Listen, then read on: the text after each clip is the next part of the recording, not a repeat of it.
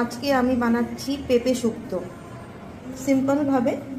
এর জন্য আমি পেঁপেটাকে ছোটো ছোটো টুকরো করে কেটে নিয়েছি। আর এখানে আছে মটর ডাল বাটা, তার মধ্যে আমি জিরের গুঁড়ো দিয়েছি, এর মধ্যে হলুদের গুঁড়ো, লবণ এসব মিক্স করতে হবে আর ছোটো ছোটো বড়া করে ভেজে নিতে হবে। আর এখানে সম্বারাতে আমি দেব তেজপাতা, শুকনো লঙ্কা, আর এখানে আছে মেথি আর হলুদ, লবণ, আর এটা হচ্ছে পোস্ত আর সর্ষে বাটা মানে পেস্ট। এবার আমি ডালটাকে পুরো মিক্স করে নিচ্ছি। এতে হলুদ গুঁড়ো, জিরের গুঁড়ো, লবণ সব দেওয়া আছে। সামান্য একটু মিষ্টি দিলে আপনি দিতে পারেন, সেটা আপনাদের স্বাদ অনুযায়ী যেটা করতে আপনারা পারেন। এবার আমি একটু একটু করে তেলে ছাড়ছি বড়াগুলো। এবার আমি তেজপাতা, বড়া ভেজে নিয়েছি, বড়াটা ভাজা গেছে। এবার আমি কড়াইতে তেজপাতা, শুকনো লঙ্কা আর হচ্ছে মেথি দিলাম। আপনারা চাইলে রাঁধুনি দিতে পারবেন, ঠিক আছে। এইবার আমি আস্তে আস্তে পেঁপেগুলোকে ছেড়ে দিচ্ছি।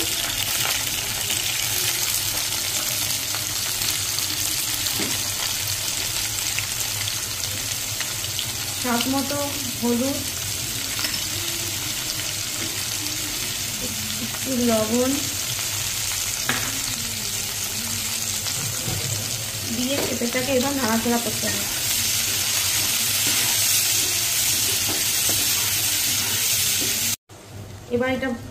এবার এটা ভাজা হয়ে গেছে। এবার আমি সর্ষে পোস্ত বাটাটা দিয়ে দিলাম এর মধ্যে, আর সামান্য জল দিয়ে একে কিছুক্ষণ ঢেকে রাখবো। তারপরে বড়াগুলো দিয়ে লাস্টে ঘি দিয়ে নামিয়ে নেব। এবার আমার হয়ে গেছে এটা। এবার এটা এতে আমি এবার একটা একটা করে বড়া দিয়ে দিচ্ছি। বড়াটা দিয়ে দিলাম এবার সবার লাস্ট। এবার আমার পেঁপে শুক্তো রেডি। কেমন লাগলো লাইক করবেন এবং আমার ভিডিওটাকে কমেন্ট করবেন।